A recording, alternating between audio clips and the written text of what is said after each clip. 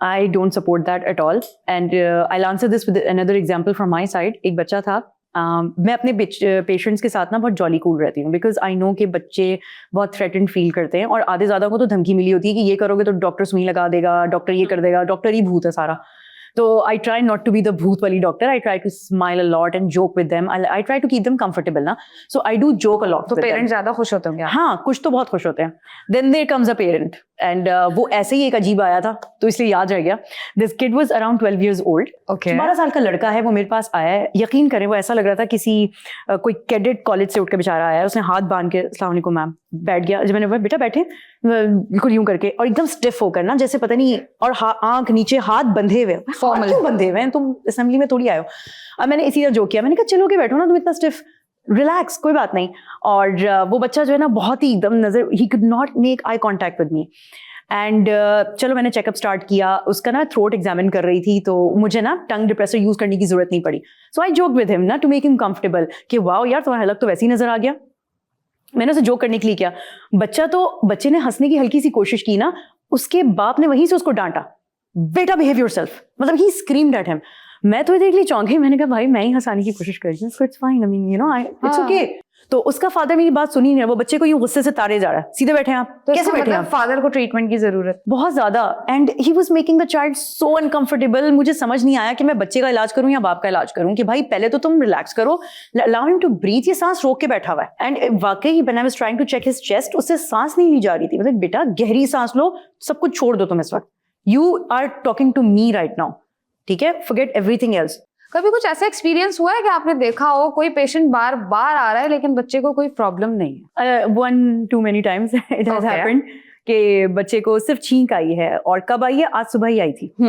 And then sir से लेके पैर तक सब पूछ लिया, और कुछ नहीं, बस डॉक्टर साहब आप देख लें, आप देखती ना, आप चेक करें. हाँ बस आप बच्चे को या पेरेंट्स को. लेकिन वो बहुत ऑकवर्ड हो जाता है फिर इस तरह हैंडल करना. हाँ, लेकिन we have to be very graceful about it. So how you handle them?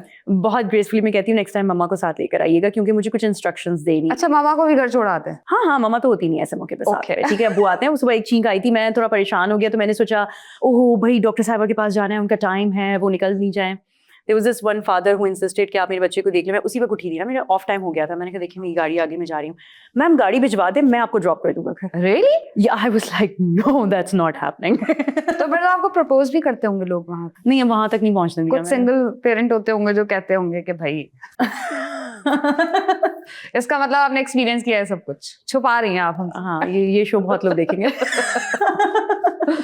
नहीं भाई, डॉक्टर रिफत अनमैरिड है प्लीज. हाँ जी, say that louder please. मैंने कह दिया डॉक्टर रिफत अनमैरिड है, ठीक है. तो अगर आप चाहते हैं कि आप अपने बच्चों का इनसे इलाज करवाएं और आप सिंगल पेरेंट है तो बिल्कुल ना जाएं. मैं इधर उधर देखना शुरू कर दूंगी.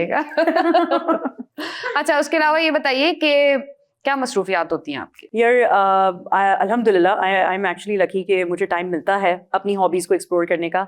I love watching movies, obviously Hollywood more than any other, क्योंकि उसमें फैंटेसी फिक्शन सब आ जाता है. I love reading books, I am a huge book fan. मेरे बुक शेल्फ में जो है ना, जो 3 शेल्फ्स हैं वो मेरी सारी नॉवेल्स के हैं.